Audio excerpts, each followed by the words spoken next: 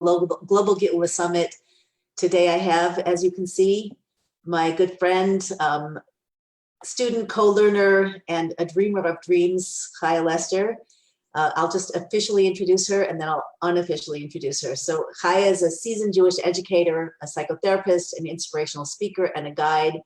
She holds an Ivy League BA in religious studies and an MA in clinical psychology. She did extensive doctoral work at Oxford in experiential Torah learning.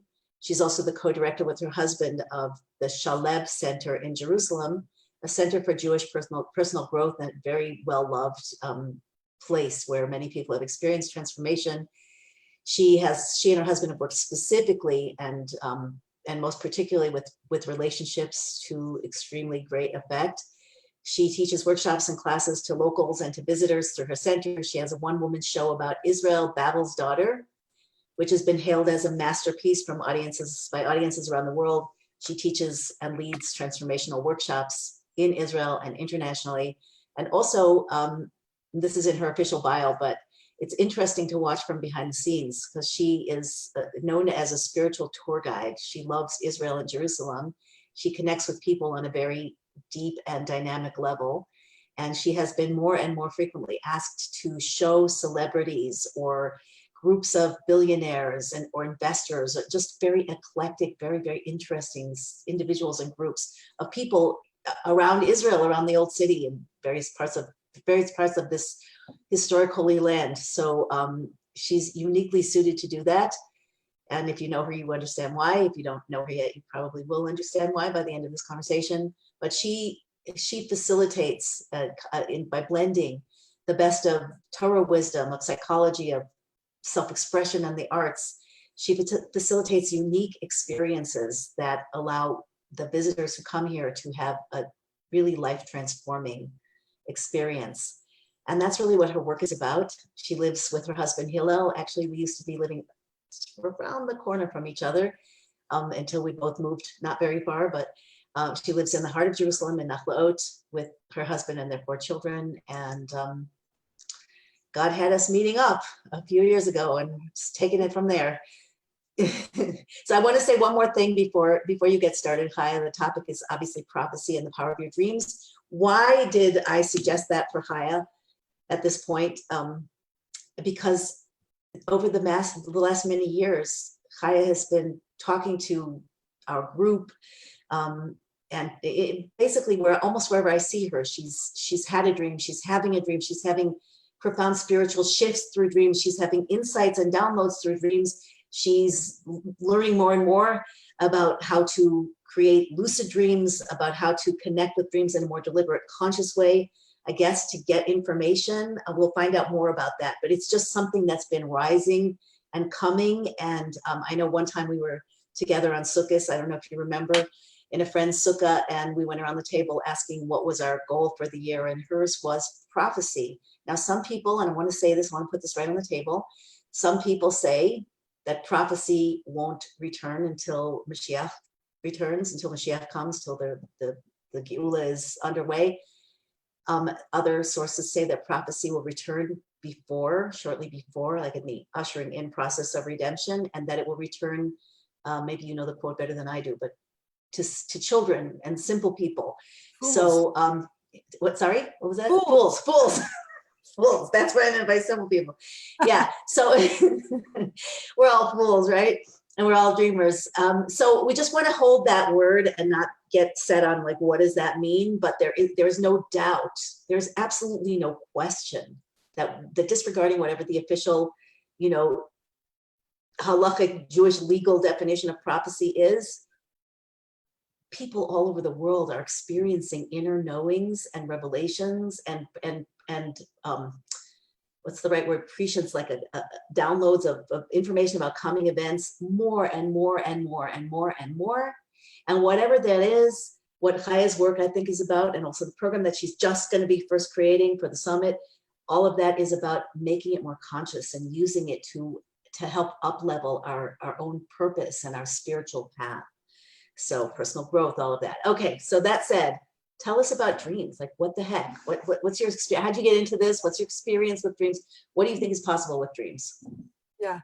So I'm so excited to be having this conversation because it is something that we have talked about personally, and it's something I will talk about to anybody who will listen, because it's just, I feel like it is really at the edge of human potential right now. Because the beautiful thing with dreams is that it happens every night.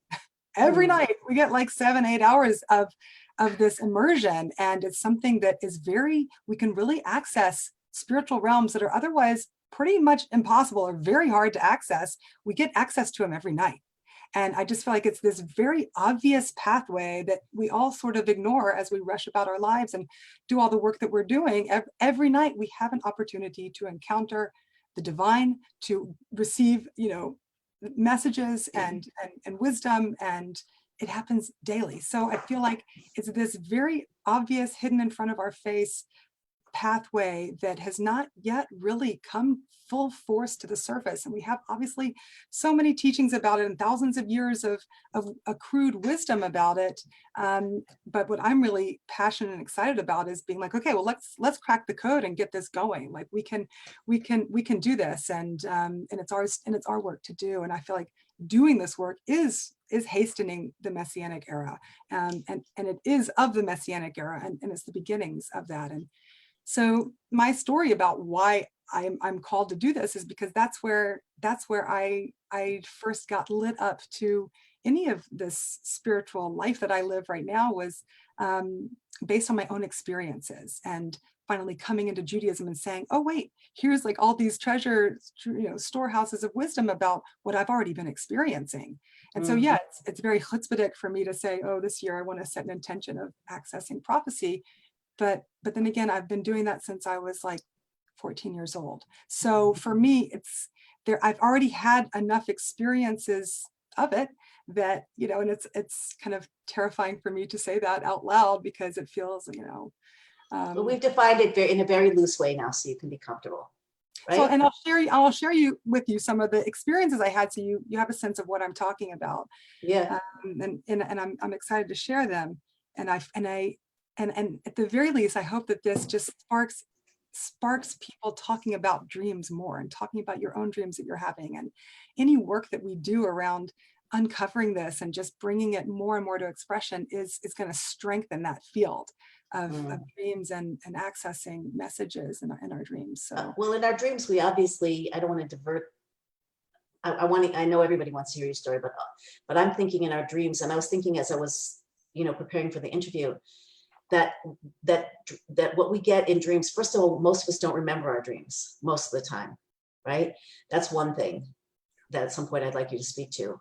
And another thing is that, and I know the Torah says this also, we can't, although dreams can have, actually the Torah says can have prophecy in them, but a lot of the time the dreams are just reprocessing of things that come throughout the day, and even, that come from more negative things can occur in our dreams that come from negative forces. So let's put it psychologically, it can be from our subconscious, it can be from some other place, it can be from our superconscious, it can be not receding back into the unconscious. Like why are you so excited about it? How can you clarify all that? Like, how can you eliminate all of the noise that happens in dreams and clarify your ability to remember the dreams and connect to a higher, you can? So take it away. Let's hear more about it. not just me, we can. Yeah, no, I mean, right. So I'm just putting on I know that people have these questions. These are the obvious questions that everybody has. I haven't even looked at questions yet. Yeah. So if you can start by speaking to that, like why is it that you're excited? How does the common experience of dreams get set to the side, and we can step instead into a deliberate, spiritually uplifting, conscious experience of how to use dreaming? Yeah, well, so I do really want people to walk away with some practical tools from tonight. And I'm going to be, after this, at the beginning of March, I'm going to be launching an online kind of dream webinar series, really, where we can unpack this in a really organized, deep, powerful way as a group. So the link to which is up under your picture, where people are online listening to this. Yeah, so be very strong, and as we're going to go over step by step, based on really a Kabbalistic map, step by step, sort of at each step, we're going to go over different tools that you can use. I'm going to talk about that a little bit tonight, but I'm not going to give over all the secrets yet. But so we're going to, I definitely want to get into that breakdown and answer those questions shortly. So let's put that on pause, because I want to share like Okay. where I'm coming from in terms of like why I feel like I can get up and talk about such a thing, with great chutzpah. So then we'll get back to those crucial questions in a minute. So I'll start out by saying that when I was a kid, I would have dreams. I knew the day my grandfather was going to die, and I knew specific people who were going to be at the funeral. Like I saw that 6 months before he passed, and kept on calling him up and being like, "How you doing, Grandpa?" Because I'd seen it, and I'd already had Wow. enough dreams to know that, oh, this one's one of the real ones.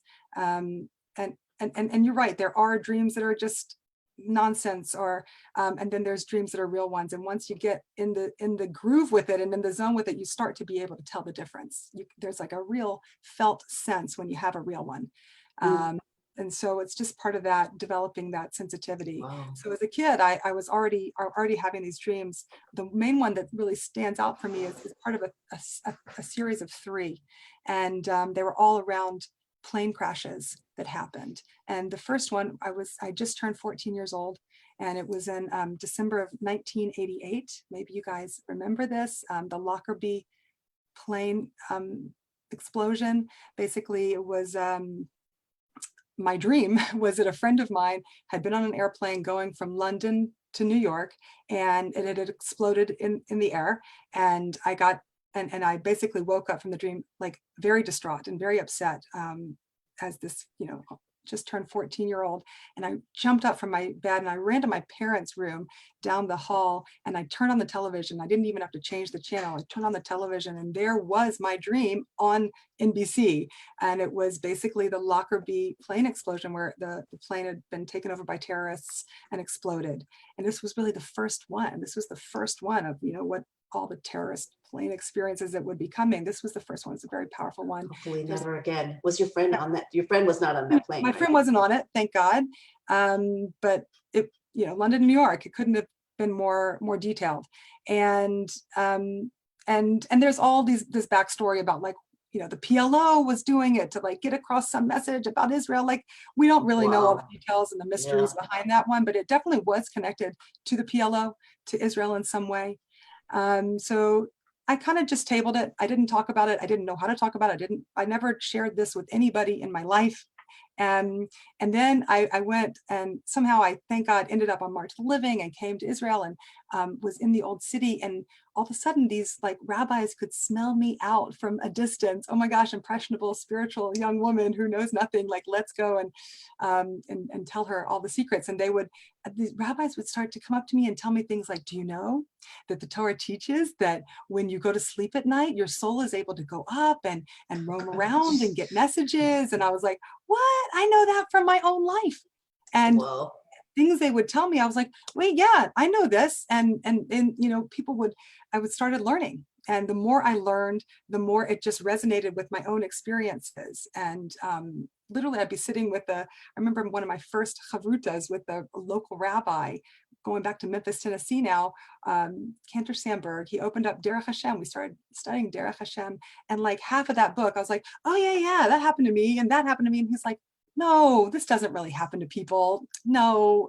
And I was like, okay, but it did. So what am I supposed to do with that? And so I came back to Israel and started learning as much as I could, and just was hungry for people and text to explain to me what I was already knowing and experiencing. And that's been my mode of approaching my Jewish practice from the get-go, was from inside, and then finding the sources outside that sort of confirm that, and try to just feel my way through in that sense. And I feel like that's messianic. Like, thank God I didn't know much about anything Jewishly. And it's been a wonderful process to be learning about it from the inside, as not, Right. that's No. Right. Yeah, I hear what you're saying. I don't think I quite realized the power of your experience, even though you told me pieces of it before. Yeah, of course, when you have an actual experience and you don't know what it is, and then you learn divine wisdom that puts it in a framework, there's no need to there's no gap between knowing that this is truth and being able to experience it as truth. That's a phenomenal gift that you're given, actually. Yeah, it's a Wow, wonderful, yeah, it's a wonderful way to move forward is from just the inside. it's very Um, integrated. So so what, so how often have you had those experiences? So let me just And go yeah, through the okay. three. I have these all the time, but these three stand out to me because they, I feel like there's different levels of dreaming, and we're going to get into that.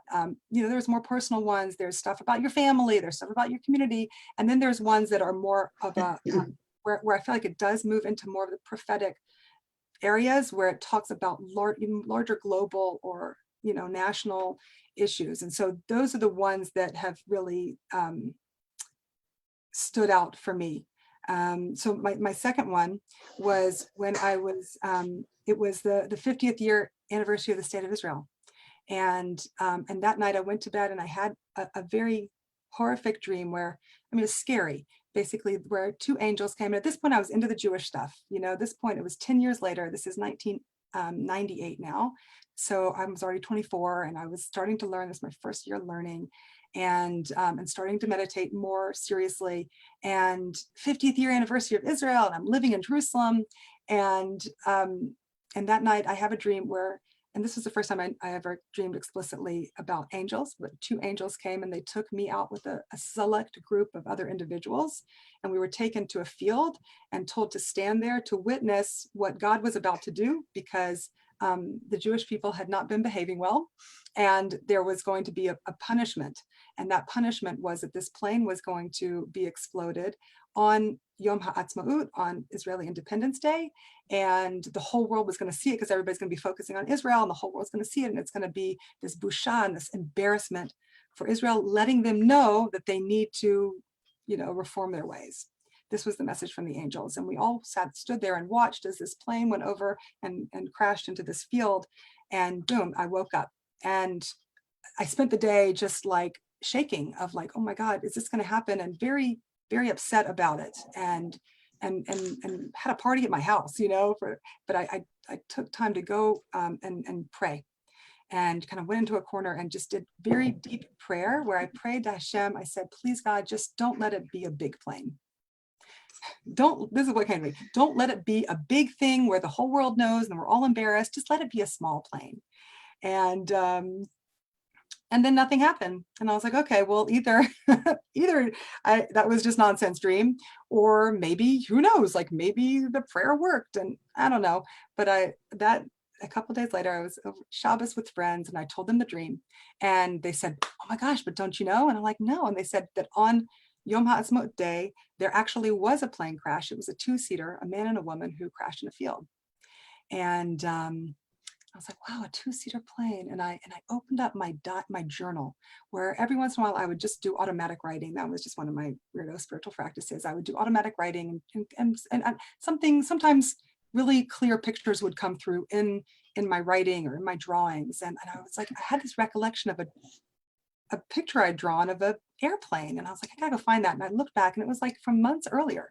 And I found this picture of two angels and a little two-seater airplane with a chipmunk and a squirrel, a male and a female, chipmunk and a squirrel. And it said fierce, under it said fiercey, foresee, like foresee, seen before, fiercey. And it was this beautiful picture. Like I always know that something's coming through me when it's actually good. So this was like this beautiful, clear picture of this. And at the time, I didn't even make anything of it. But then for me, when like I went back and sort of heard this story and went back to my own journals, and I was like, oh, sounds like something real came through here. There was probably about 10 other people out there, 9 other people out there who also had this dream, because there was definitely a group of us who were brought out by these angels with the purpose of getting the message. And I think with the purpose of then praying, at least for me, praying that it not happen. So it was on the one hand, like a prophetic message about something that was happening to Am Yisrael, to the people of Israel, but also had an element of like, my job there was to pray that it not Intercession. happen. Yeah. I love that you did that too. And I have to say, that's should be a lesson for everybody. Like, regardless of how this is landing with you, we need to not accept negativity or pain as a given. We have to pray about it. We have to work to eliminate it. And that's That's a one of major the, part of the that's one of process. the main pieces of the dream work is, yeah, it's nothing passive about this. It's really about us receiving the messages and acting on them and reinterpreting them and praying them differently. And like these communications that we're getting from a divine source are incredibly important. Really, it's not, you can't state it enough. Like to be able to receive a messaging from God about then what you should be praying for, about what you should be doing, what you should be interpreting differently. Isn't this the point? You know, isn't this the point of so much of our spiritual strivings? And every night we have the ability to work in this area. Gosh. I mean, if what you're saying is actually teachable and it's really true that people can access that, then 100%. As I said, I know that's what you're standing for. I'm Yeah. just saying from my current experience, I've had a few prophetic dreams, like even one where I dreamt that I was walking down a certain street and I stepped in wet cement and made a footprint. And 2 days later it happened. Wow. I dreamt about the tsunami, whenever that was beforehand. Yeah. But usually I don't, usually, I mean, I've had a few dreams about the Rebbe, which were clearly direct, but most of the time I don't have that experience. Okay, so say more. Let's keep the conversation. Well, it's a daily practice. It's daily practice. So my third dream, and then I'll end this little section, was then 1999, where I had a dream that I was again taken by angels out to, now it was I was in America. I was at a retreat center in America and out in the forest and taken. This was in real life. I was at the retreat center. In the dream, okay. I was taken out by angels, and there was again a group of 10 of us, and we're lined up on the shoreline, and it was nighttime, and we're looking out over this kind of like a bay area, and we see a little plane flying overhead that crashes into the water, and there was like this message around it that this is happening for a good reason, and it wasn't a dream where I was supposed to pray for something different. So I woke up the next day and we're out at this retreat center, but we're going to the airport and we don't have newspapers, we don't have any televisions or anything. And I was like, oh my gosh, I know that this dream is real. Like this was one of the real ones. I need to like get a source of information and news.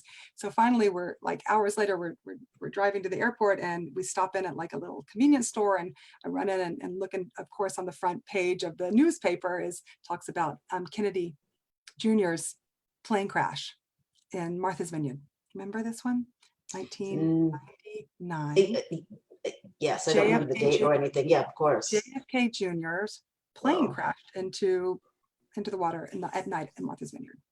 And I was like, I came out to the car and I was like, y'all, what is it? Like, I had this dream and look at this happened. Like, but what is that? Why would I have this dream? Like, why would I get this message? And the people in the car were like, don't you know about the Kennedy curse? And I'm like, what are you talking about? I didn't know anything about it. Apparently, you probably know it. There's this Kennedy curse idea that that the grandpa Kennedy was an anti-Semite who supported Hitler, and who knows, Satmar, we don't know which rabbi put a curse on him that his children should all die in strange. We do actually know, but we're not going to say.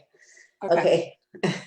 So for me, that was like my explanation of like, okay, apparently there's something going on behind the curtain that we don't know about, that for whatever reason, I don't know why. I don't know why they needed to call out 10 people in their dreams to come and witness this, but that's what I experienced. And so those are like, I get dreams in categories of threes. I'll get like a chunk of dreams around a central theme and categories of threes. I don't know, these are my own experiences. So much of what I'm going to try to teach, today and in this upcoming seminar is techniques that I've used and I've found to be helpful and that are Jewish and Torah based, because there's definitely a lot of teachings out there right, about popular topic. And we really, for me, it's like, okay, but let's really stay very close to the Jewish sources and let's do some kosher dream work here, and really trying to find that. So that's my balance that I'm trying to do of like things that are happening to me and experiences that I'm having and principles that I'm learning, that then I'm looking to kind of find the Jewish roots of as well, and to share those and to bring it through with people. That's great. There's several comments and questions already. I just want to read this one for the moment. Well, one of them is that you're very brave to be speaking about these things, and the listeners appreciating it.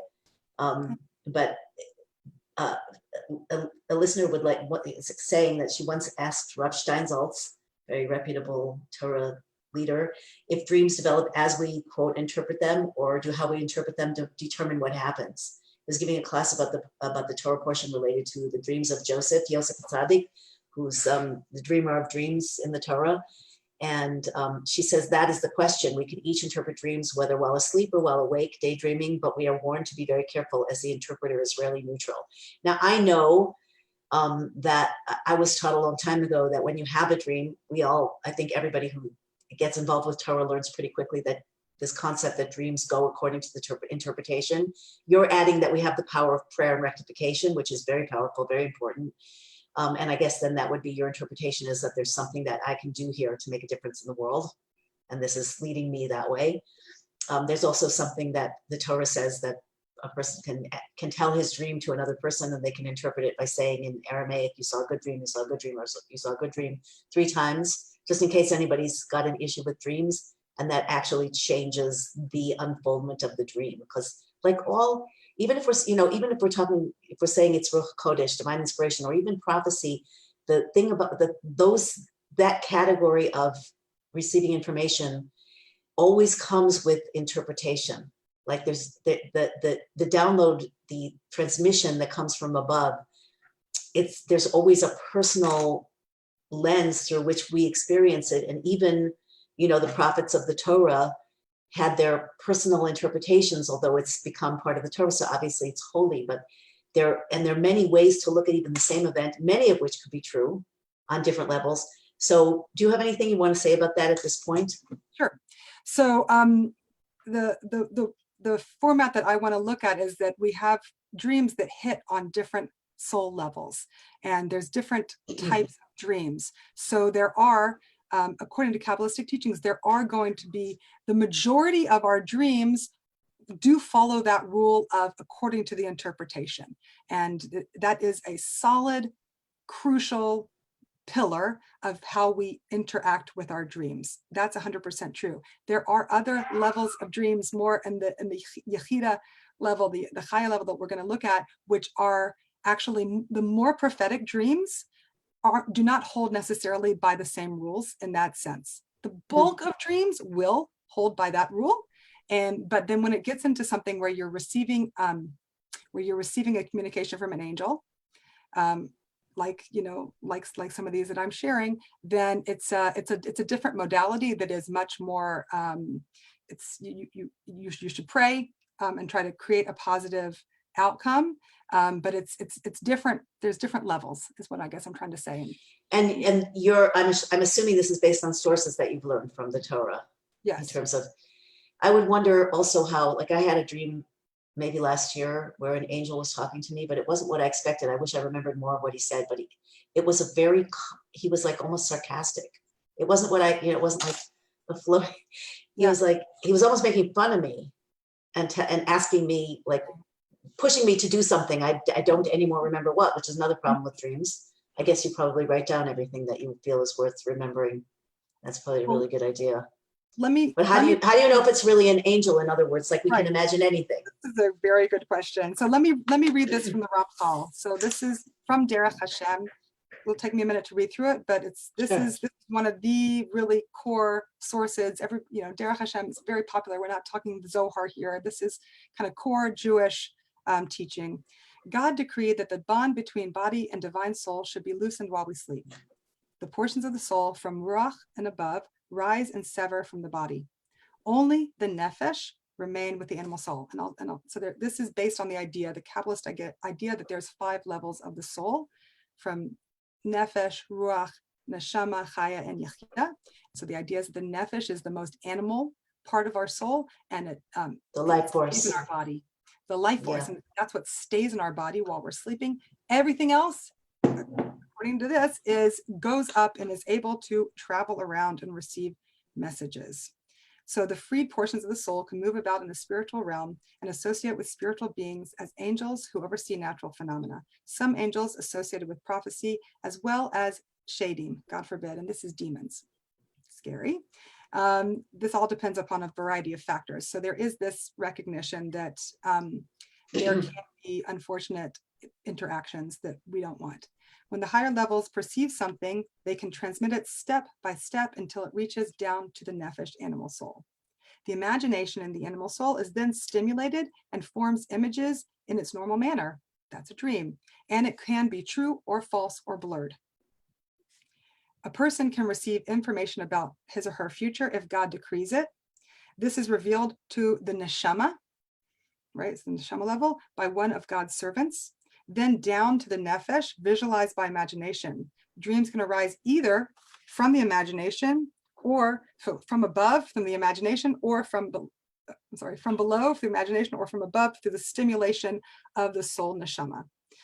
So there's a lot in that statement there. I wanted to bring it up, just to just ground us in like a very significant source here, and B, to say that there can be true and false and blurred messages that are received, B, that there can be unfortunate forces that we want to avoid, and we need to have some sort of deciphering of which is which. And that, again, I think part of why all of this is not talked about and has gone underground for so long and been hidden and not been like a really vital part of our Jewish practice is because it's high level stuff, and it's not simple, and there are forces out there that you need to be safe and safeguarded against, and that's why I feel like doing it in a really safe container is crucial. So yeah, you're right. So I bring this up because the angel that you're referring to doesn't sound like maybe such a nice angel. I mean, he had a good message. It just wasn't all like, the way I guess the angels from the Torah aren't wimps either. He was not wimpy. Okay. He was definitely like pushing me, like, yeah, not in a bad way. No, it was definitely a good message. It was a good dream, but it's just not in the picture of how, like, I guess commonly people describe angels in a Hallmark card. Somebody's asking the source. It's the Ramchal, Rabbi Moshe Chaim Luzzatto. It's a Ramchal, R-A-M-C-H-A-L, Derech Hashem. Okay, yeah. And do you feel like, are you going to address this idea of safeguarding yourself? Sure. Can you address it at all now? I'm assuming you also address it as part of your course. Yes. Like if you want to point to things that are going to be said in your course also, so people know. Yeah. Now that you're bringing up that possibility, I'd like it to be addressed if possible. Absolutely. So I want to first read off a couple of really just a couple more quotes so that we're really grounding ourselves and bringing in the incredible teachers that we have in this work, and calling in their wisdom right now. And so a couple of quotes just to kind of fill our cup here with the Jewish wisdom around dreams. The Baal HaTurim says that dream, spelled in its full gematria, is 84, which is equal to Zehu Benavua. Chalom is 84, which is equal to Zehu Benavua, which means this is through prophecy. Wow. Beautiful. I love that. 84. The famous Hasidic teacher Zusha said, even sleep has its purpose. One who wishes to progress must first put aside his life work in order to receive a new spirit, whereby a new revelation comes upon him, and therein lies the secret of sleep. The book of the Sefer Yetzirah, a dream is more precise than a vision and may explain what is obscure in a vision. Rabbi Judah the Chassid, 12th century Germany, whatever will happen to a person, be it good or bad, is shown to him beforehand in dream symbolism. The symbolic imagery of dreams may be compared to sign language. When a person is traveling to a foreign country, he'll meet people whose language he doesn't understand. They'll communicate to him through sign language. This is how we communicate with the deaf. A sage can discern what he or she is being shown in his dreams, and why it was shown to him via these symbols and what symbols stand for. Okay. I just want to say one thing. This is very interesting. I feel I have to speak into this also, lest people are thinking about their dreams and thinking, oh no, once a friend of mine had a Torah book on dreams. I don't remember who the author was, but it was a definitely respected source. And she was reading me some of the interpretations. Like, for example, if someone reaches into your chest in a dream and pulls your heart out, you're going to be rich. It might not be exactly that, but it was like that. It was like not what you think. So yeah. I don't want anyone freaking out. There's a lot of them like that. Very strange associations. Like what appears to be gruesome is actually really good often, And then Well, there are the that's the point. rectifications. Yeah. Oh, So okay, okay. if you have a dream of sleeping with your mother, it means you're going to be a Torah scholar. Like there's like these weird, I think that's the point. It's like taking this thing that you think is so horrific and being like, oh, good news.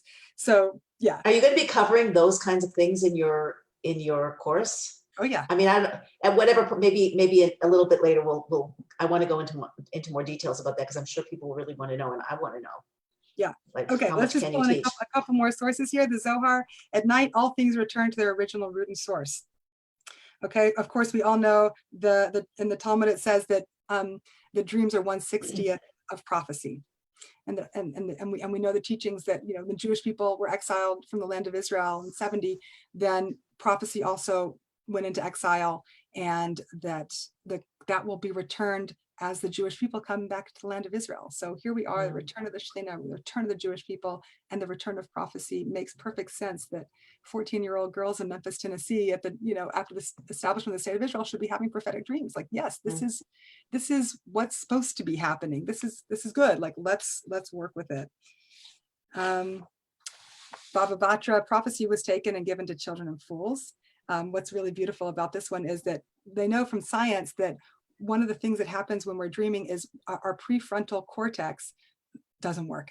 And our prefrontal cortex is the rational part of us. And so, yeah, it makes sense that children and fools who have undeveloped prefrontal cortexes have access to dreams, because it's a part of the messaging that is able to come through in full force when you're able to put that prefrontal cortex aside. The goal, though, is to have your prefrontal cortex, then to know when to give it up to receive all the messages, and then to use the prefrontal cortex. Okay. Yeah. Complicated stuff. So, and there's just so many more quotes that I could give you. Feel free to share a few more. Yeah. I've never heard a lot of these I haven't heard. Oh, they're so good. And then we could also go on to quote some amazing Jewish scholars, such as Sigmund Freud, otherwise known as Shlomo. That is his name. I mean, talk about a Jewish source. I mean, obviously he wasn't a religious man, but he brought dream consciousness to the world. He brought the unconscious to the globe.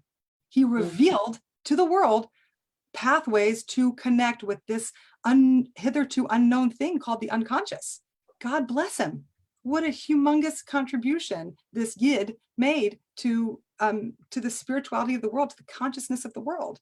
And beyond that, if you look at all the if you look at psychology, and the main forces and streams of psychology, most of them were, you know, forged by Jewish thinkers and leaders. You know, it's stunning when you really kind of break it down. Most of the main movements in general in the world were forged by Jewish leaders, for good and for ill. It's I mean, in psychology in particular, Fritz Perls, Gestalt therapy has a whole take on dream work that is amazing. Kurt Lewin, and anybody who's a therapist, like, these names are like, this is bread and butter of what you learn when you get your master's in clinical psychology. It's Alfred Adler and Eric Erickson and Sander Frenzy and Anna Frank and Melanie Klein and Otto Rank and Abraham Maslow. They're all Jews. They're all at the forefront of pioneering consciousness and integrating the unconscious and the superconscious into our conscious waking self. So as much as I want to quote, you know, all of our ancient Jewish sources, we have also these modern pioneers of thought and of consciousness that are changing the world. And I want to claim them as Jewish sources as well. The Vilna Gaon. The Vilna Gaon in 1800 told his disciples that sleep exists for the sole purpose of conveying the mysteries of the cosmos through the vehicle of dreams. Wow. He's a Gaon. Okay. You don't have these printed in a one sheet anywhere, do you? I have them. I can share that after. That would be great. That would be great. Yeah, no, it's good stuff. And then beyond that, we can look and turn to science.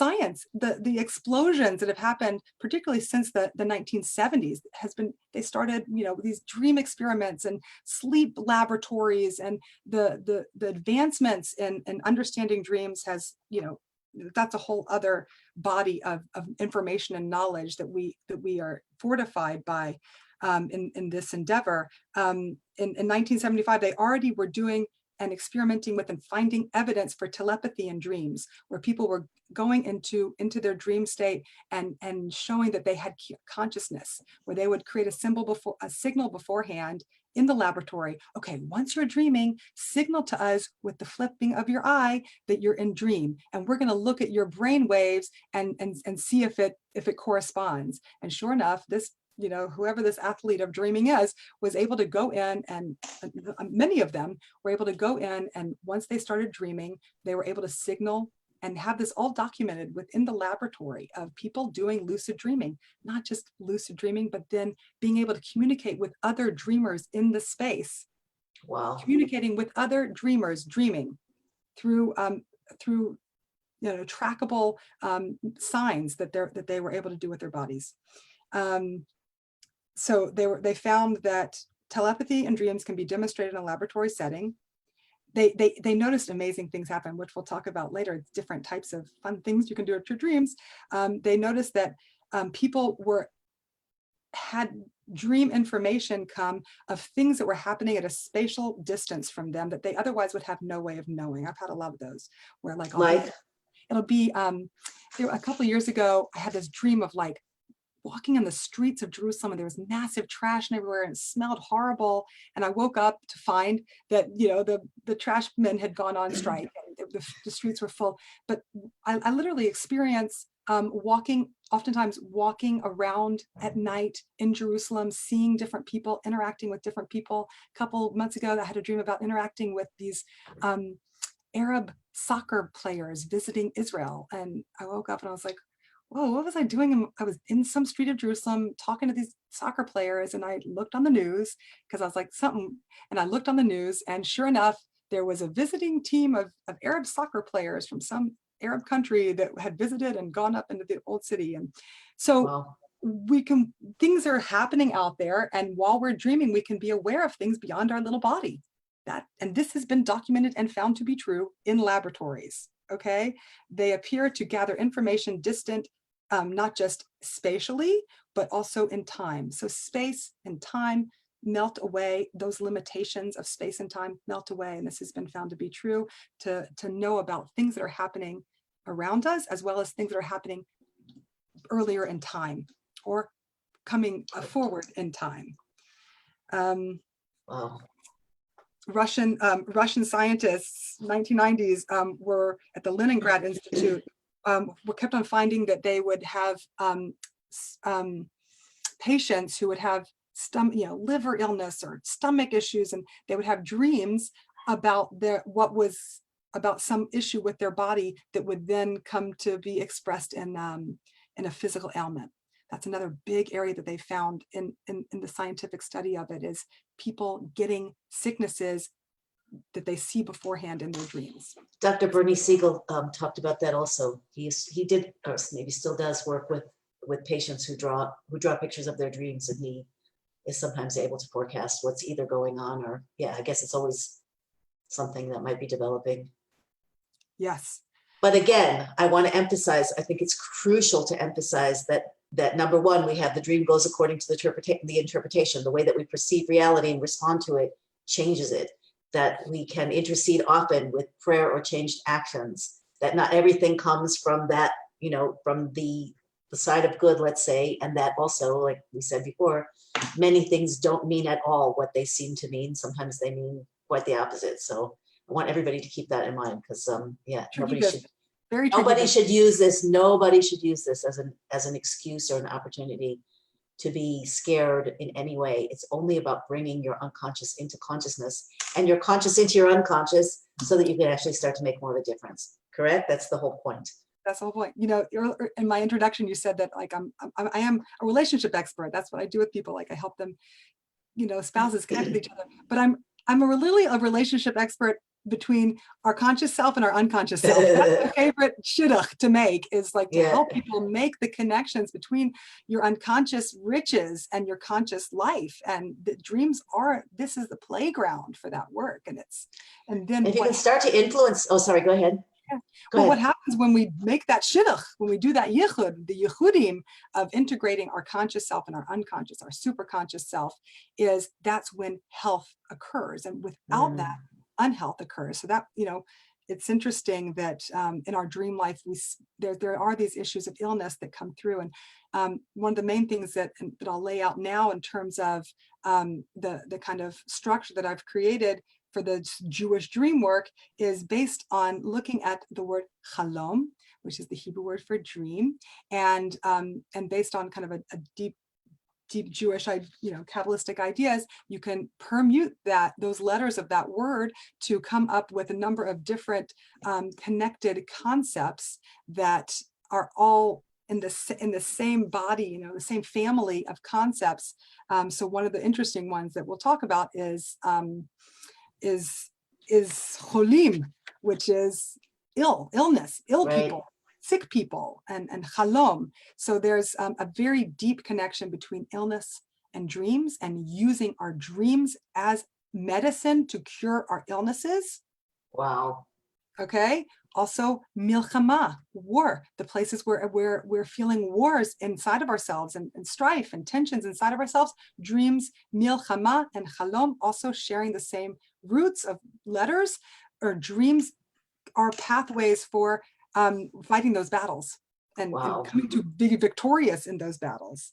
So, and is all this going to be covered, like covered to the point of usability in your upcoming program? Oh yeah, yes. Yeah. This is why I'm so excited, because it's like, it's so funny because I've been working on this very intensely, and I've been working on dreams anyway, like it's a daily practice for me, but I've been working specifically on being like, okay, let's bring out the Jewish dreaming path, because I haven't heard anybody really lay it out in a systematic way. Somebody should do that. Let me try and, like, God help me to try and do that. So I've been doing that, and there's a method that we'll talk about, which is sha'alat chalom, where you ask for a dream message. So I did it the other night, because I knew that this interview was coming up, and so I did a whole thing where we'll talk about how to do it, but where you ask for a message. And so I did a shelat chalom of, please Hashem, send me a clear Jewish path of dream work.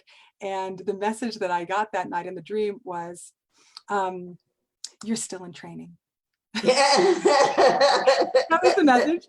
But it was but here, check this out. This is so fun. It was in the context, though, of a dream that I was having, of being in a beautiful prayer space. And it was this round room, and it looked like one of those old shuls and Sfat.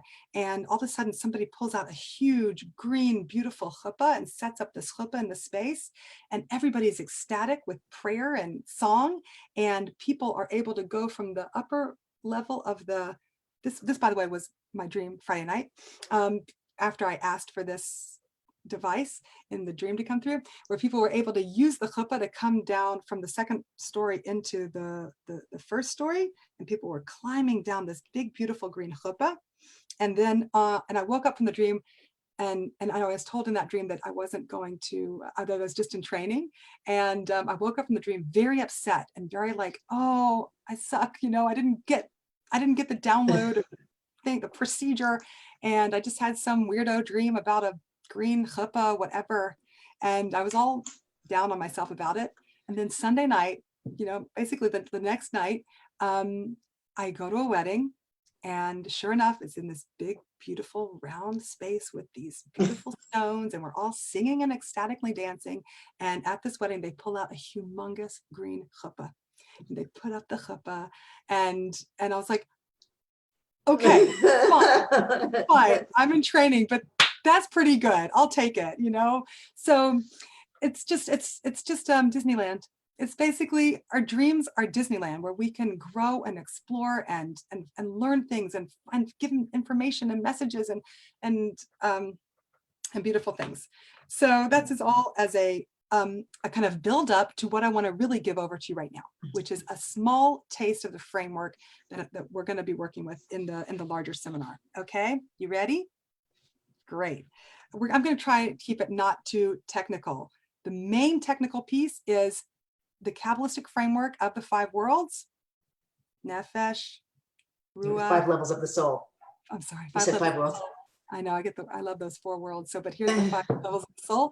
Some people say 5 worlds. Works too.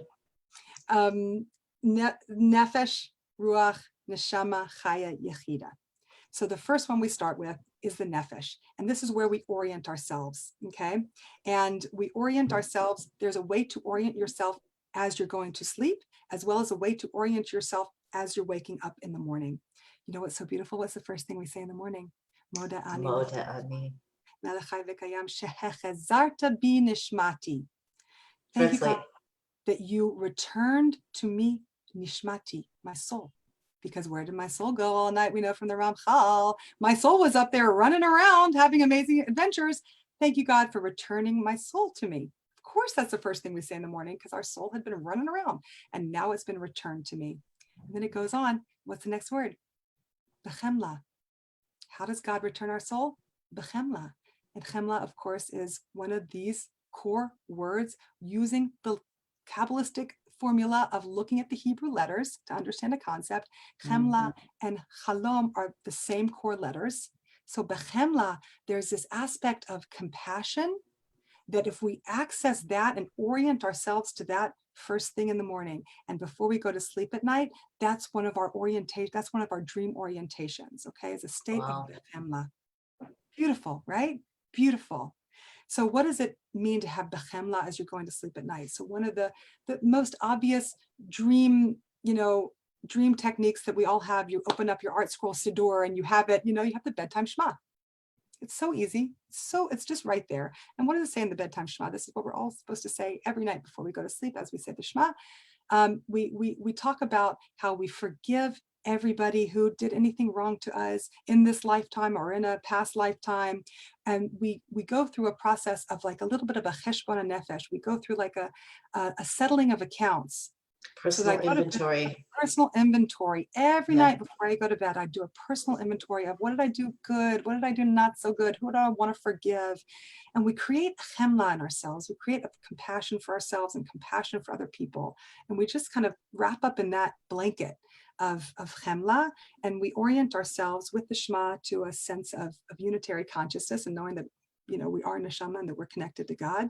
And with this sense of having cleaned our slates. And the Kabbalistic teachings around that is that when we do clean our slates and forgive everybody and do our own accountings, then it opens us up to our higher level of consciousness within ourselves. So it's not just, these are real techniques like that. Yeah. Something actually happens when you do that work that opens your consciousness. And it's pretty quick. It doesn't, you can do it in 15, you can do it in 5 minutes, but just taking 5 minutes before you go to sleep to, I recommend reading the bedtime Shema. It's very grounding. But if you're not going to have the text in hand or whatever. You're saying the entire text of Kriya Shema Lamita. Yeah, there's a whole text. It's very, very Kabbalistic, a lot of it. And it's amazing. Yeah. It's amazing. It's certainly available in English also online. It's everywhere. Yeah. How would you try? How would someone look at that on Google? What's it called? I would put in bedtime Shema. Bedtime Shema. SHEMA. Okay. Yeah. And but if you don't have the text on hand, all you need to do is to make it, do that personal accounting of the day, forgive yourself, forgive everybody else, create a sense of compassion, say the Shema. And if you want to take it the next step, you can, if you have, for instance, something that you want to get a message from in your dreams or help clarify in your life. So you can do that. Basically, we also have a very, very old, Jewish technique called shalat chalom, where you ask for a dream. And also in this sheet that I create, I'll also send it. But there's a formula that you can use from the 12th century. I adjure you with the great, mighty, and awesome name of God that you visit me this night and answer my question or request, whether by dream, by vision, by a verse of scripture, by automatic writing. So there's a formula that you can say. You can also just make up your own, what comes from your heart, of asking, sincerely for your soul to give you a message that's going to go. It's a sharsheret.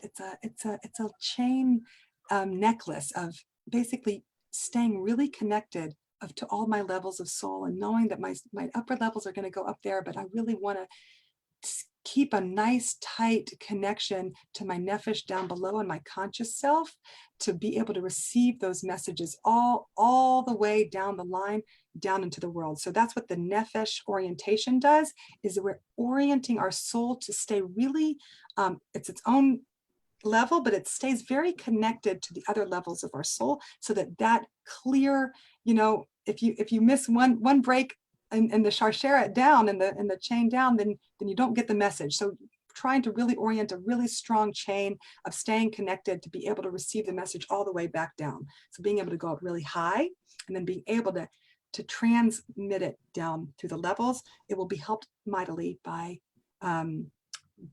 doing this chemla piece. Okay, so of course we have the beautiful Jewish symbol, massive Jewish symbol of Jacob's ladder, Jacob's dream, which is the ladder that ascends into heaven, but is very grounded on earth, you know. So say just a drop about that in case not everybody's familiar. So there's 10 beautiful dreams in the book of Genesis and in the Torah. And one of those, probably the most famous one, is Jacob's dream of the ladder, where he goes to sleep at night, and it's, you know, down the street here at Temple Mount, and he has a dream where he sees a ladder with its head stretching into heaven and its feet planted on the ground, and he sees angels ascending and descending on the ladder. And he has a real vision of the cosmic truth of things. And he wakes up in the morning and says, wow, I didn't know that God was here. And he's also given a promise in that dream. He's given a blessing in that dream that he would return there and his descendants.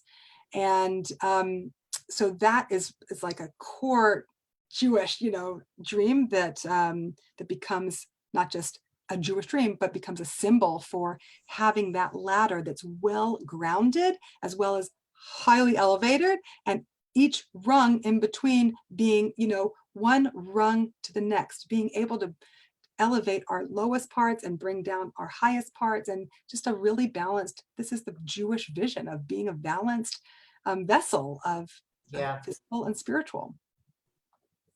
So that's our first, you know, Bechemla, and then Rabba Munatecha, we say in the Moda'ani. Rabba Munatecha, just having a lot of faith. So crucial, y'all. Please hear this. Believe in your dreams. That's not just like some, you know, kitschy statement, believe in your dreams. Believe that your dreams are true and take them seriously. Like, really value them as the incredible vehicles to God that they are. And like, we need to, I feel like we don't honor our dreams enough in our society. Like, and so it's getting into a place of really valuing and having a emunah that my dreams are real. Like I have a soul. This is not just some theory. Like, if you really believe that you have a soul, you really believe that that soul has access to higher realms, take that seriously. It's real. And we have to have the gravitas of that in order to really actualize it in the world. So taking our dreams seriously, to the extent where, how often do I hear somebody say, oh, it was just a dream. And I'm like, oh, it was just a divine communication from God? Oh, yeah, just a dream. I get a little upset about it because this is very serious stuff. Please don't ever say it was just a dream. Please take seriously the immense gift that happens every night. And so just in your own orientation of like how you view your dreams, do you value them? So this orientation of nefesh is taking them seriously, valuing them deeply as the incredible spiritual technologies that they are, and then living that. Our unconscious really appreciates it. Our dream world really appreciates it when we have a dream journal next to our bed, and then in the morning, we write them down. Just doing this nefesh level will already catapult your dream life 80%. I don't know. What, having the journal next to the bed? Orienting yourself at night, taking dreams seriously, and having a dream journal and committing yourself to writing them down when you have them will catapult your ability to remember them. It will catapult your ability to work with them and to receive messages and to heal yourself and all of these things that dreams can do. Just having a dream journal and writing them down is going to be the quickest, easiest. We can get into the more like kind of intricate techniques, and we will, but just doing that, I promise you, will allow you to access massive progress in your dreams. Massive. So it's very exciting. A lot of people are writing in that some that they've had clairvoyant dreams, some that they are doing the technique of asking the night before, others saying again that you're brave, others relating to you as a fellow dreamer. Because I am aware that some people's dream state is not pleasant on an extremely regular basis. If somebody, so I want to speak to that, because in the context of how most people are at least sharing, they're reacting, it's all positive, exciting, and obviously it has that potential. Yes. But when but I'm hearing from I'm hearing from two sides of myself when you're saying take it seriously, it's messages from God. What about somebody who's getting horrible nightmares on a continuous level? Thank you. Yeah, please speak to that. You're setting me up perfectly, because that's exactly where we go next, because that's where Okay, we hit good. the next level. Okay. So thank you, because that's crucial. And that's where we're going to hit next, because it's essential. So the next level is ruach, and it correlates with the emotional realm. Okay. So, Freud, when he talks about dreams, he says, it's manifestations of our deepest desires and anxieties. It's our place where we do emotional processing, the emotional makeup of our psyches. So there's a lot of our dream content is going to be highly emotional. It's going to be about fears. Yeah. Be nightmares. It's going to be painful stuff. Yes, we don't. Okay, so that is true. That is one of the areas where all that energy comes through, and the emotional truths of our lives come out. And that can be scary, because, in the daytime with my conscious, gamma wavelengths, I can kind of control that, or put it to the side, or not thinking about it. But in our dreams, oftentimes even the less we process in our day life, also our dreams will come and compensate. It's called compensation, where our dreams are like, okay, you're not dealing with this in your conscious level. Well, I'm going to make sure that you deal with it a little bit in dream world. So we'll come out with nightmares a lot, and anxiety dreams. And so that is the big next thing that happens. And what I would like to say, so this is where we get into the milchama. These are the milchamot. These are the wars that are going on inside of us. Okay. And the good news is that our dreams are not coming to scare the blinkers out of us. They're coming to heal us and to say, this war is happening. Let's work with it and fight it, and overcome the enemy inside of ourselves, and overcome the scary things and work through them. So this is something that, and the model that we use for this is Jacob's next experience, which is where when he goes down and he marries all of his wives, and he has his children, and it's time for him to come back up to the land of Israel, and it's time for him to cross over the river, and he's crossed over his whole family, and it's this horrible night of darkness of the soul, where he has a vision. And the Rambam actually says in more Nevuchim that it is a dream. So this is also within the dream realm. It's a vision. It's not called a dream, but he has an experience of fighting with his kind of his nemesis, and having this fighting dream all night. And in the end, he's the victor, and he receives a blessing. He also receives an injury, but he receives a blessing. Okay, so that's the Jewish formula here that we're going to use, is his story. And the method is this. Now, I want to be really clear here. I learned this from learning non-Jewish sources about how to do dream work. There's a very well-known approach that's used by an Aboriginal tribe called the Sonoy, where they train their children, and their entire tribe, they talk about dreams all the time, and they train their children from a very young age to always talk about, that's what you do at breakfast. You talk about your dreams. And they train your children, and they live it themselves, that when you have a scary dream, they say, oh, wonderful, you had a nightmare. Great, what happened? And the kid will explain, oh, well, the tiger was chasing after me, and then I got terrified and I ran. And basically the formula is, if something is chasing you, instead of the normal reaction, which is to run away in fear and protection, the dream reaction should be to turn around and face it, because in a dream, you're not actually in any real danger. Right. Turn around and face it and fight with it. There's different levels. First, fight with it. If you get to the next level, then you can heal it. But the first level is to fight with it. And then it's so amazing. Their formula is that you fight with it. And then in the end, once you have become the victor, you ask it for a gift.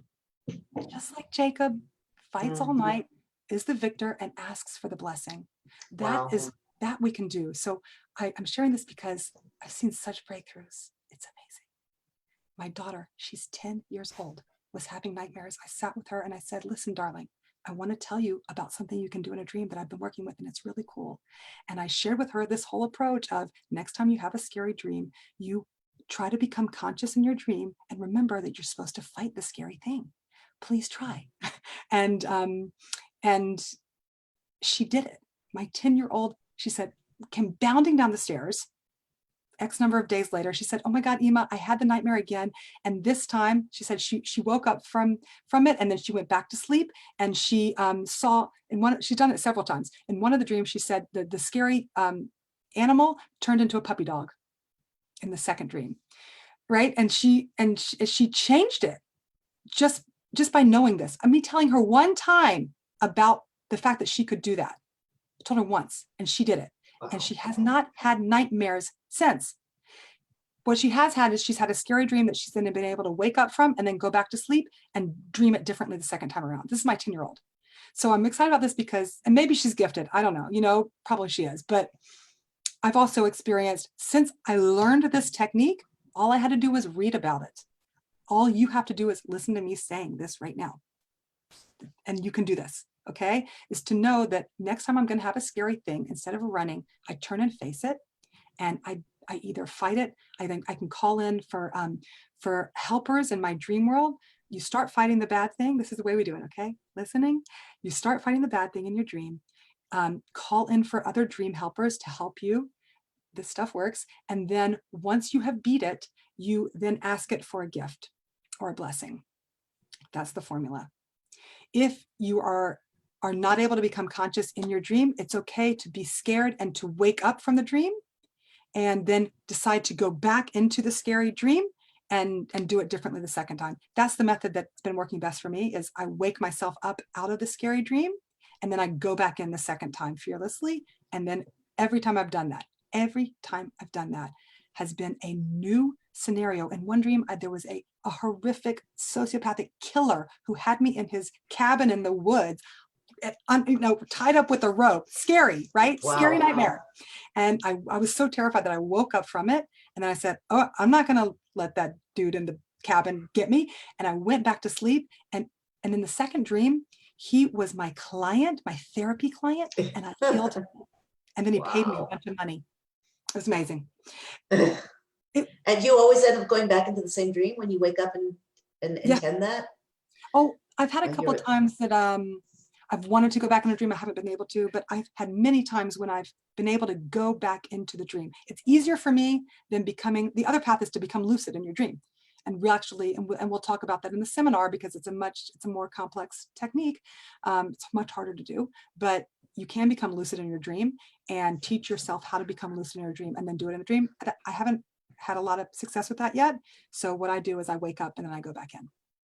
Some listener just wrote that you can also do that with your kids when they wake up, even if they don't go back to sleep, that you can walk them through that process. Nice. Although I'd imagine it's probably more powerful to do it, and maybe not. More empowering for them to do it on their own. Yeah. Maybe, or maybe in the dream it reaches a deeper level. But even so, I think, that would fit with bringing the unconscious into the conscious, would fit with a dream interpretation, because as soon as the person wakes up, also not children, anybody, you're going back and redoing it, and therefore you're reinterpreting it in a different way. One of the wonderful stories I read in one of these dream books was about this author whose wife was having all these scary dreams, and she said, I'm walking around in this scary land and I don't have any way to get around, and I'm stranded. And he says, oh, and the next morning he's like, okay, so I want to teach you how to ride a bike. She didn't know how to ride a bike. He's like, we're going to go get a bike. And they went and they bought a bike, and he taught her how to ride a bike. And he said, next time you're stranded in your dream, imagine that you have this bike. And so that's what happened the next time, is that she had a bike, and then her next dream, and she was able to kind of bike around. And then a couple of weeks later, she said that her bike had a flat tire, and she woke up in the morning, she was all upset her bike had a flat. And he said, oh, so let me teach you how to fix it. And he went and together he taught her how to change the tire on her bike. What an amazing guy. Go back into her dream and change the tire on her bike in her dream. Right? This is definitely going to be creating new wiring. Oh, Huge. neural pathways. Yeah, Because you can wow. activate it. You can actually act it out in a way that real life, we don't get all these easy opportunities to just, like our world here is a Resolve lot more things. structured. Yeah, it's a lot more. You can't just say, "Oh, I want to go out to the shuk today and beat the tiger who's scaring me in my dreams." Like it's Yeah, or beat my fears. It's like we're able to really work with our inner material directly in dreams. It's wow. direct contact with the material. I have not had a nightmare since. My daughter has not had a nightmare since, and I feel more empowered in my life. An issue that I was having for literally decades, that I would have nightmares about. I worked it through in my dream. Unbelievable. I could tell you It's like what so some many people people. talk. Some people talk about that in terms of hallucinogenic drugs. Also, that ayahuasca and other drugs. Well, People because it claim goes to have those straight, kinds of it's like a experiences. straight access point to your unconscious material. But dreams, you don't need drugs. You can every night when you're dreaming, it's ayahuasca trip. It really is. It's It just crazy is. also because we never had this in-depth of a conversation about this before, and I'm understanding a lot better why you're so excited about all of this. Pretty exciting. But I'm thinking also that um, given that in our times there's so much more awareness that our thoughts and our perceptions can actually influence what shows up in our reality, which really makes me question, like, what is reality? What's really going on around here? But the more you're connecting the unconscious to the conscious, which you defined as healing, which I think is really powerful and beautiful and true. Mhm. And then the more you can go in and resolve issues on that level, the more automatically sleeping and waking, first of all, there's going to be less distance between them. And the more you're going to be observing life, not just the dreams, in a different way that's going to bring out different results, which will be healing and Geula, that movement. And also, I mean, to top it off, I remember I keep meaning to look up this text from the Rebbe, and I never remember to do it when I'm ready to do it. But years and years ago, decades ago, really, I was listening to the Rebbe speaking, and he was talking about how all of Gullus is a dream. Like our current reality is nothing but a dream, and that Geula will be a waking up from that dream. It's and I think it's not just a metaphor. It's like, are we actually dreaming now? And we're not lucid And we about our have the dreams. power to be lucid now and to create the realities that we want now. We can become lucid in our gullus reality. If we become lucid in it, then we can change it. And yeah, it's activating not just our sleeping consciousness, but it does go in and change our waking consciousness. I'll just jump to our next level, which is Yeah. the neshama level. So the neshama level is the intellect level. Wait, Here, so the nefesh, I'm sorry, I'm really sorry to ask you to do this, but can you really yeah, quickly recap the nefesh and the ruach? Because I didn't miss that you did both. The ruach was the emotionals, right? The emotional grappling. the nefesh was just our orientation. Oh, Uh, okay. Just making chemla. yourself before. Okay, The got it. ruach is the milchama, the emotional Ah, battle, and overcoming okay. our fears and scary things. Um, and then the next level is the neshama, which is the intellectual level. So we have things in this category are going to be dream interpretation, which is a big thing, and plenty to look at around that. We talked about machala, which means illness, or cholim, which is illness. This idea that people have sicknesses that they have dreams beforehand about. So being able to go into our dreams and overcoming our illnesses and our sicknesses. We have a beautiful Jewish technique, simple. You can also find this on Google it, Jewish dream amelioration. So this is a ritual that you do if you have a scary dream or a bad dream. It says in the Sefer Yetzirah, woe to him who has no warning dreams. There's this idea that you have warning dreams. Observe too that a person is never warned in a dream without cause. So we have this Jewish understanding that we were giving warnings about our illnesses and other things in our dreams, and we need to take those seriously. And so one of the things that we can do when we get the message about, oh, something's off here, and some sort of illness or some sort of a bad thing, we can do these rituals of dream amelioration. I'm not going to go into it too much because you can just go online and get that, and you should do that if you have bad dreams, and you should do the dream amelioration. You get you get 3 people with you, and you go over a particular text, and it's a whole shita that we'll talk about. But what I want to bring up here is that I really like moving from that place of machala and illness that also happens in the neshama area, is also then the next leap forward is once you've kind of worked through the illnesses and worked through the fears, then you get to enter into a realm of being and of self-actualization that I call machol, which means a circle dance of creativity. Like once you, like there's some people, you know, who are like working through their issues and like it's hard, and you know, and then there's some people that just feel like, oh, they've kind of worked through their stuff and now they're just really creative or like they're really pioneering you know, or discovering new things, or they're like people who are really bringing through new discoveries and advances. And so that is the next place I want to just mention very briefly, this place of machol, of circle dance, which is dreams offer us not just to work through our painful stuff, but offer us jumping to the next level of our actualization in life. And you look at so many of the advancements that have happened. Here's a couple of great examples of people who, you know, thinkers or artists who had dreams that were like breakthroughs that they were able to bring down into the world. So here's my favorite one is Paul McCartney. Remember the song Yesterday? Yesterday. He heard that in a dream. Woke up the next day and Wow. was like, whoa, let me record that. Yeah, it came in a dream. There's so many poems and so many songs that there's story upon story upon story of artists receiving complete, you know, masterpieces in their dream life. Dr. Jekyll and Mr. Hyde was received in a dream, and the, you know, author got up and like was scribbled for like 4 days and got it out. That, you know, Frankenstein was a dream. Albert Einstein, theory of relativity. He's had a dream, you know, of gliding on at the speed of light. There's an Indian mathematician, I cannot pronounce his name, who came up with the formula for pi in his dreams. He said that he would have these dreams of interacting with a Hindu goddess. He's Hindu, a Hindu goddess who gave over to him mathematical formulas that then he like would wake up and write down and then test out, and they were real. And he like created huge breakthroughs in the world of mathematics, and the list goes on and on of scientists and artists who have been able to access, you know, downloads through their dreams that have advanced society in massive ways. So again, this is serious opportunities here, you know, like we should take this stuff seriously. And then I'm just gonna kind of jump over to the next level. There's so much more to be said about all of it. It's painful to jump to the next level, isn't it? But I want to go to That's why you're offering a program, I guess. I hope that the program will be extensive enough to, I know it's 5 parts, to get people through all of these questions and all of the levels. Like, what is your thought about that? Based on what did you construct it this amount of time and this number of classes and so forth?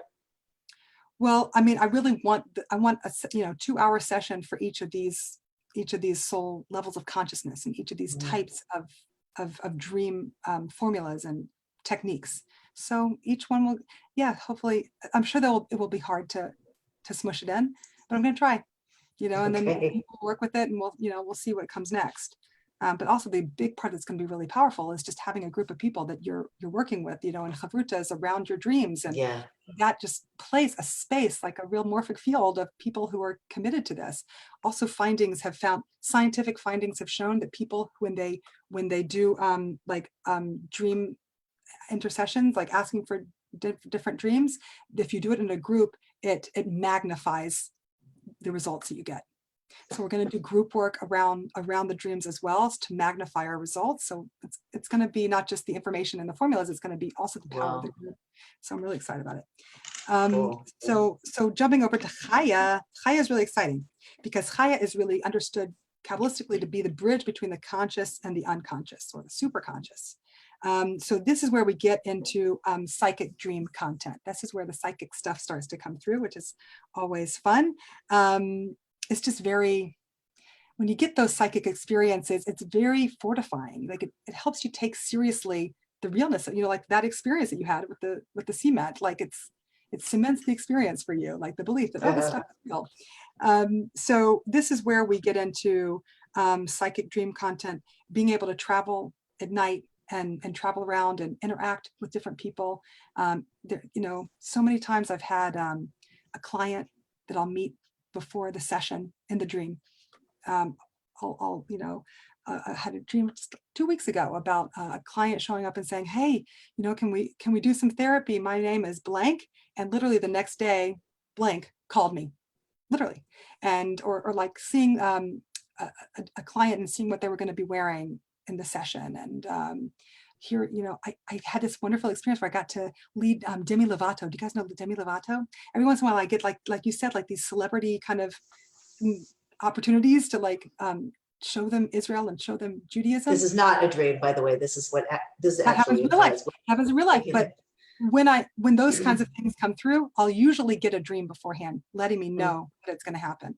So before I got the chance to be with Demi Lovato here in Israel, I had a dream a couple of weeks before about meeting the woman who was setting it up and seeing her, and and having a whole conversation with her beforehand. She's not conscious of it. Like I asked her, I was like, "Oh, do I look familiar?" And she's like, "No." So, but this stuff, once you hit this level of consciousness, it's helpful, like, especially if you're a healer, to be able to work with people, because that's what we do as healers, is we work with people's neshamas. Right. So the place where you're able to work with others and with clients on a neshama level that doesn't have a lot of the baggage that comes with all the other physical details that sometimes come with life. So it's a very direct way to work with others in healing modalities.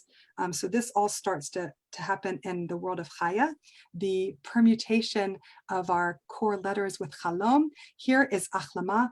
By the way, I'm basing this permutation on the Sefer HaBahir, which is first century esoteric book. Has a section where he talks about this idea of the Chalom and the Cholem. I'm not going to get into the source now, but I'm basing it on a Kabbalistic teaching of using this kind of core letters. So when he talks about the Chalom and the Cholem, he talks about Achlama. So Achlama is actually one of the stones that's on the priestly the Chosh and Mishpat, like it's on the priestly breastplate. And we know that the priestly breastplate had these stones on it with the names of the tribes, and that when there would be a question that they wanted to put up to God, the answer would come through via lighting up different stones, and they would take the letters and figure out what the message is. So I'm saying this just because that's so cool, and that's in our tradition. And that Achlama is one of those stones, and it's understood to be a crystal or an amethyst, which is actually understood to be a stone that has properties that help us in our dream life. So if you want to get nice and new age, but it's also old age, ancient age, which is bringing in sort of mystical ideas like this, then we have a lot to base that on. So Achlama is this precious stone it's a stone of divination in a way. So this is a level where we're able to really work on a neshama level of psychic awakeness. And this is where we're going. Yeah. I want to say a couple of things. Number one, that things are being brought. I'm trying to monitor questions and comments while I'm listening to, which there are a lot of them. Somebody expressed concern, which I actually relate to myself, about the idea of the Hindu goddess. We know that that's directly antithetical to the Torah. I just want to speak to it, not because it's, if it happened for somebody, it happened for somebody. I have this question myself because for a while I got very interested in near-death experiences, and it seems that that there's something very real about near-death experiences that's being revealed to the person, but there's also, it seems to come in a garment or in a form of what, of the religion often that the person is brought up in. So I'm only saying this, like I started out speaking about prophecy. Obviously you're not recommending, that people get messages from gods and goddesses, but that it's just it's a personal story on the part of somebody who's, received something in the, like what it's. That's the language of his soul. That's yeah. the Hindu. sky, you know, that's the language of his soul, and that's the language of That's the garment. Yeah. I mean, we don't, you know, I have to express, it's all it's very exciting, and I'm very, very interested, and, you know, I'm absorbing a lot of it and thinking that, you know, this I might want to do, that I might want to do. But I just want to say, for the sake of, because this is a Torah-based summit, I just want to clarify that Chaya is not teaching that or not recommending this. This is just how things occur for people. Like, we all have our, you know, here we're talking about how to do these things within the framework of Torah. And there are many, many, many people who have experiences that are outside of the framework prescribed by Torah, and those just happen. So, you know, that's the way it is. I just feel that I hope I'm not being not confusing. I'm not super comfortable even talking about it, but I think that it's important. I'm glad you brought it up. Yes, it's that's not that. This is specifically why I think it's so important for us to bring out the Torah sources about this, and, Yeah. and articulate Jewish-oriented experiences that are being had by a lot of us, and articulate a pathway forward that is Toradic and is grounded and Yes. rooted in our ancient texts. And I mean, that's the whole point here, is that we have to give expression to what we have, and that is part of the messianic movement forward, is that the well springs of Torah are coming forth to the whole world. That's And true. I don't think we have to be afraid. Like, the more grounded we are in our connection to Torah, I think the less afraid we have to be of, okay, so he has that experience over there. Yeah, I don't think it's afraid. I think it's just to clarify. I think it's just, you know, it's always important. You know me already quite well, and I feel I have a very deep drive, because I feel I have a deep responsibility to always clarify what is in the line, you know, in the line of Torah and out of the line of Torah. What people do in their lives, that's their lives. But that's just my stance. And I love that you're saying I'm that. so committed to, and God help me, please, you know, to stay Amen. really rooted and clear to the source here. And I think that's a really important thing that we have to be careful about. Yeah, the questions and concerns. Yeah, you know, I love it. I love this part of the conversation too. Like, we're about real. We're all about real. Yeah. And it's not, nothing should stay behind the curtain if it's real and if it's important. Everything, as you say, you know, everything can be open and in the light, can be seen for what it is. And that's the way, that's part of the unconscious coming into consciousness. We'll have an open forum where people can talk about whatever it is that's going on. But from a completely different angle. I know you have more to cover, but I just feel like I just don't want this to go by. Somebody wrote, no, something else. Somebody wrote, Temperance from Salem wrote, for the past few months, the dreams I'm having are about people from my past and me saying goodbye to them. So she asks if she's leaving the planet soon. And there are other. That's Somebody else powerful. has a question about whether God allows us to see people who have passed away in our dreams. Obviously, we do see people who have passed away in our dreams, and it's not something wrong. So I guess the real question would be, are those people really communicating with us? And I'm sure sometimes they are, and sometimes they're not. So learning how to distinguish is probably also good. And somebody said, I'm an expert at flying in dreams, and in my dreams, I teach people how to fly in dreams. Yes. Yeah. Yes. And then somebody else wrote that he can go he can go wherever he wants. At first he was just going different places, and then he realized he could go to different ages and different dimensions. Yeah. Yeah. It's Disneyland. Yeah. It's really fun. It's very exciting, and for the most part, it's safe, and it's good, and it's an important muscle to build, the imaginal muscle, and this is people are doing it. It's really exciting. So using this question about saying that people from the past saying goodbye, I think it would be useful and important if you could go into the different ways to deal with dreams. And how would you deal with this? If someone came to you in therapy with this, obviously you wouldn't say, oh, maybe it is people telling you that you're about to leave the planet. There's some proactive, positive way that it can be dealt with. So what would that be? Let me just understand. I don't think I know enough about the story to like respond. So this is a person saying that they're having dreams currently of people saying goodbye to them because for the last few months, the dreams I'm having are about people from my past and me saying goodbye to them.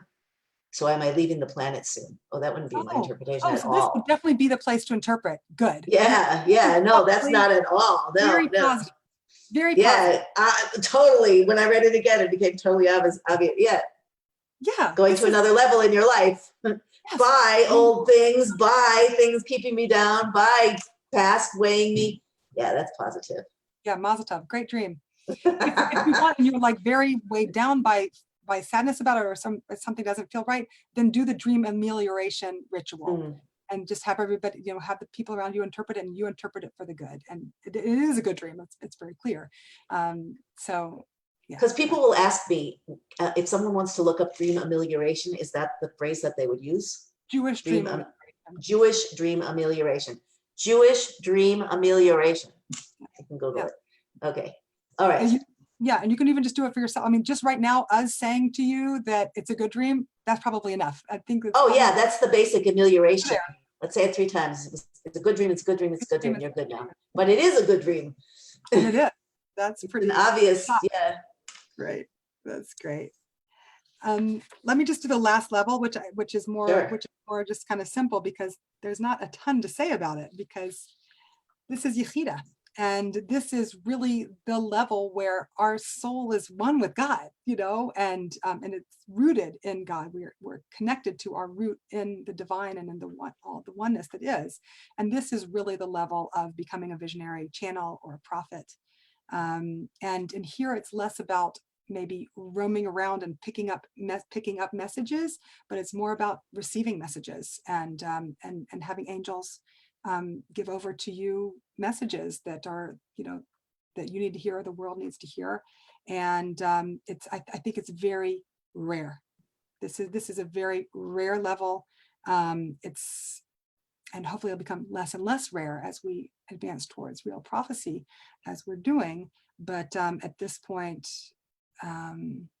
it's, so that's why at the beginning, I kind of wanted to mention a couple of my dreams that I do feel like were more on this level, where I had the direct communication from angels that were clear, it wasn't muddled. So these are places also where we can pray, where it's our job to pray for, even if we do receive a message, we can come into the world and pray for a better outcome.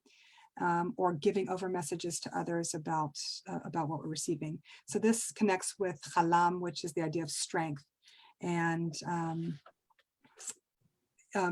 what the Sefer Bahir talks about is that this is connected to the cholem. So the cholem is one of the vowels. It's the dot that appears above the vav.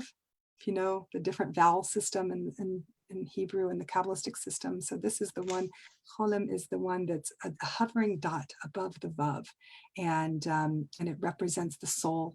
And this is the place where it's just the truth that sort of is right above and surrounding our bodies. And it's really being in, as much as we can, a constant state of dveikut and connection to the fact that we are soul and that we're one with God. And in a way, it's the simplest level, because that's the technique. That's the technique, is to be just fully at one, as much as humanly possible. And that's our work in the world. There's more to be said about that, but I'm gonna leave it with that, and just to kind of open this up to, in our last 10 minutes or so, trying to answer any other questions. We're actually past our last 10 minutes, but okay, let's see. Yeah. What is it that to see if there are more questions? Or is there comments and questions all the time, coming in the entire time. This is obviously a topic that people are quite interested in. People should be. It's good, Let me scan.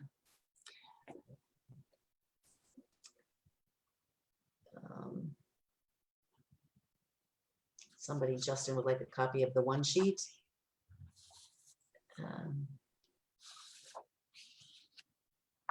They're more, okay. Does God allow people who have died to come into our dreams? I read that. I also had a dream that God gave a friend of mine a gold coin and he accepted it. What would that mean? Maybe I should just read some of these rather than and you'll see if there's anything you want to answer or speak to. So that one with the gold coin would be, that would fit nicely into the intellect level of dream interpretation, of trying to understand.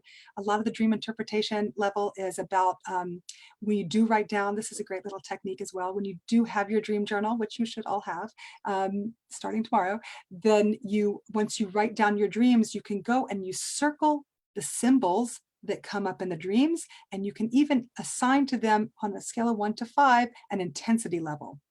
And basically you create your own dictionary of what your personal dream symbols are, and with an understanding of their intensity.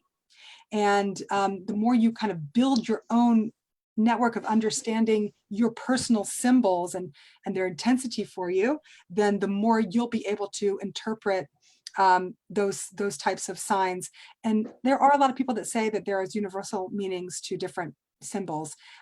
I think that there's universal, but it's also very personal, and you have to really do a mix. You can look into, there's beautiful teachings about how if you have a dream, this is my favorite one in the Talmud, it says if you ever dream about an elephant, a peel in Hebrew, it means you're going to get a pele, a miracle happened to you. So I went out and I bought a pillow that has like a big elephant on it, and I call it my pillow.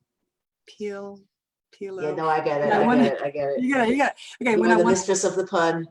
And when I want to have, and when I'm like praying for God to give me a miracle, I sit on my pillow and I pray it down. So that's fun. That now, because I read about that in the Talmud, then I integrated it in as a real personal symbol for me. And so whenever I get an elephant dream, I'm so excited, so it's a mix between my own personal metaphors and then also external metaphors. And so we can learn some of the Jewish symbolism to signs. But my question to you and that dream with the coin is, what's your charge on it on a scale of 1 to 5, 5 being very, 1 being not very, and then what does it mean for you? And then you can look back once you have acquired all these dreams. I have it on my computer also. I write it down, then I also put it on my computer, because when it's on my computer, I can put in search. And so like I'll put in coin, and and then I can go and I can find everywhere over the past 10 years, literally, that coins have appeared in my dreams, and what do they symbolize to me? And then I start to learn.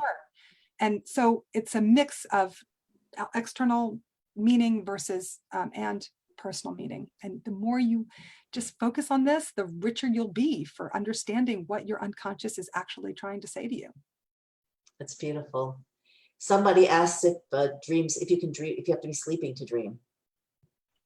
It's an interesting question. Right. So definitely, the science around it is we have different brain waves, and so we have gamma, beta, alpha, theta, delta, and basically theta is the brain wave of REM and of that more imaginal dream space. But we can create and access through meditation. We can access these brain waves, and we can generate those. So for sure, you can have visual experiences and meditations and visualizations. And we know that the power of visualization is huge, and it's what Olympic athletes. That would be more like a vision. That would be more like a vision than a dream, though, right? If it happens when you're actually not sleeping. Right. There's also hologogic. I don't know. There's a term for it when you are in that liminal space between awake and sleep, where amazing things can happen. I've had messages come through for me in the liminal space between as well that can be very powerful. And then the power of visualization, obviously. So yeah, that's the whole other wonderful avenue. Wow. I'd like to read one comment from somebody, because before I do, somebody wrote in about the crystals, because yesterday you weren't at the birthday party, but I was given a box with a few little stones, and we were talking about them last night. So you mentioned stones, crystals. Somebody asked if all crystals are kosher. Anything that's natural, a stone, is totally kosher. If something's used for unkosher purposes, it's actually a good question. If some crystals seem to pick up energy and hold energy, at least that's what I've heard many times from people who are sensitive. So if something's been used in general, the Torah principle is if something's been used for something that's not allowed according to Torah, something very negative or something very negative, you know, whatever it might be, then it could be problematic. I mean, you wouldn't want to be in touch with it anyway. Like I once had, I forgot what is it, I don't want to say the product, but it was a product that I bought for a necklace product that was supposed to take care of EMF. And I took it into an appointment once, and the person who was doing the appointment was very energy sensitive. And generally, when I wore it, I felt I felt a little bit subdued or muted somehow. And I figured that it was just calming me or something. But this person said, I don't want it in the room. I think you should throw it out. So I don't know, like what if different things, different just different metals and crystals absorb energy, and so you want to. If you feel bad energy around something, don't use it. And if it's, you know, it's been used for something that's, I can't think offhand of what it would be, but for something that's not kosher, then don't use it. But in general, it's quartz. It's just a natural, it's a beautiful substance. I'm in no way an expert on crystals and all that. It's not really my thing so much, but we do have some pretty serious Jewish sources about it. And we should listen to those sources, and it's where there are spiritual technologies that are found within Torah. And I think if we can keep it along those lines, and it's probably worth discovering more. Yeah, yes, right. So you talked about an amethyst. One of them was an amethyst. And the guest last night had an amethyst in her background also, which happens to be my birthstone. It's interesting. Okay, so I'm going to read this because it's very beautiful. And it's sent in by Paul. And Paul, I think Paul is the one who's saying that has been flying, having out-of-body experiences always, and going to different planets and dimensions. I can't even imagine. So that's pretty interesting. Okay, so glimpse of heaven. I had a dream last Sunday afternoon, maybe more of a lucid vision. There's no possible way I can put into words what happened. Everybody has dreams like this and wishes they could capture every moment and put it in a book. You were there. In fact, everybody was there, past, present, future, infinity. We experienced horrific struggles, which we certainly have. But in the end, there was an absence of evil, not even the pettiest of negative emotions. It was like an infinite library where we could pull out a card and visit anything good and pure. It seemed like an ending to a beautiful story. And we vowed to come back on a regular basis, but then we realized we didn't have to leave. Wizard of Oz, Brigadoon, Alice Through the Looking Glass, etc., all rolled up into one marvelous adventure. A little boy's baseball card collection, a little girl dreaming of being a princess, a wondrous daydream where nothing can go wrong. I woke up, my heart was pounding, lying in bed, and I wept. I'm writing this and tears are on my keyboard. Ooh, it's making me cry. Realizing that I dreamt of home. As I suspected, wow, darn, I did not do justice to capturing even the tiniest part of the dream, but I think you all know what I mean anyway. That spark of divinity in each and every one of us seeps out once in a while. My God, there's a place like this and it's ours. Wow. What a note to end on, huh? Beautiful. Thank you, Paul. Thank you, Paul. So obviously there's so much more to explore, and we're already at almost 2 hours. So I'm just going to encourage everybody to go check out Chaya's program. It's hot off the press, so to speak. I guess maybe you put it together in time with the timing of the summit. I did. In mind, first time. So it starts, I think, March 1st. Is that right? And you can get there. Just go to the link if you go to the schedule page. If you're watching on Facebook, you are missing out on some of the most important free gifts and special offers that the speakers are giving. But you can go to the schedule page, click on Chaya's picture. It'll take you to her speaker page, and that's how it works with all the speakers. And right now the audio is running. In a couple of hours, the video will be posted there, and also the link to Chaya's special program, which you can check out. And it sounds really special. And will people be having the opportunity? I guess you're delivering it live, so the people who actually join this one, I'm assuming it will be digitalized afterwards. Yes. So I've done this. I've created programs and offered them live, and then they're available later as a digital product. So when you participate in a live program that's just being created, you really do get to co-create it, because your questions, your preferences, your experience is actually, it's going back and forth between you, Chaya, and the source of all creation, and bringing something into being in real time. So if this speaks to you, and apparently it speaks to a lot of people, check it out. Wonderful. Chaya, thanks so much. It was really fun. really, yeah, really Continue. fun, really. I learned a lot. I learned a lot. Really so interesting also that all these years you've been talking to me about dreams and I never quite understood why, where you are with those. And Thank you. really inspiring.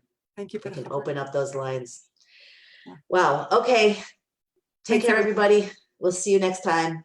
Bye.